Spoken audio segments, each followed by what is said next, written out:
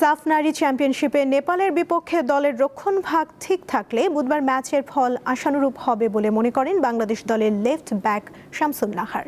এদিকে গোলরক্ষক কোচ মাসুদ আহমেদ উজ্জ্বল জয়ের ব্যাপারে আত্মবিশ্বাসী। ভারতের মাটিতে স্বাগতিকদের ধরাশায়ী করার যে পরিকল্পনা করেছিল বাংলাদেশের মেয়েরা গ্রুপ পর্বের ম্যাচে তা বাস্তবে রূপ নেয়নি। মারিয়া মান্দারা হেরেছেন ৩-০ গোল ব্যবধানে। তারপরও সাফের ফাইনালে ওঠার লক্ষ্য তাদের। এবারে প্রতিপক্ষ টানা দুবারের রানার্স আপ নেপাল। ইন্ডিয়ার মতো টিমের এগেইনস্টে যখন আপনি খেলতে যাবেন, সব ডিপার্টমেন্ট একসাথে পারফর্ম করতে না পারলে আসলে এটার পানিশমেন্ট আপনাকে পেতেই হবে। প্রত্যেকটা প্লেয়ারকে মানসিকভাবে চাঙ্গা করার চেষ্টা করতেছি যাতে তারা তাদের স্বাভাবিক খেলাটা ফিরে আসতে পারে। গ্লো এন্ড লাভলি এখন নতুন রূপে, নতুনের মতো গ্লোয়িং স্কিন।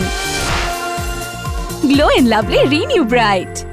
হ্যাট্রিক শিরোপা জয়ের লক্ষ্য নিয়ে ভারতের গোয়া শহর এসেছে বাংলাদেশ নারী ফুটবল দল, কিন্তু প্রথম 2 ম্যাচের পারফরমেন্স শঙ্কায় ফেলে দিয়েছে। প্রথমটিতে জয় পেলেও হজম করতে হয়েছে 2 গোল। এখন ঘুরে দাঁড়ানোর কোনো বিকল্প নেই, কিন্তু কতটা সম্ভব? ওনাদের খেলার ফিলোসফি আমরা অবশ্যই একটু এলেও জানি বা এত বছর ধরে খেলছি ওনাদের সাথে।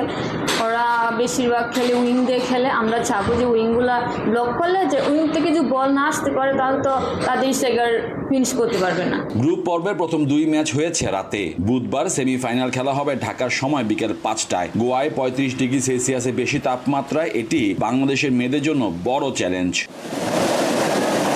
মোহাম্মদ হাসিব, দীপ্ত স্পোর্টস, গোয়া, ভারত।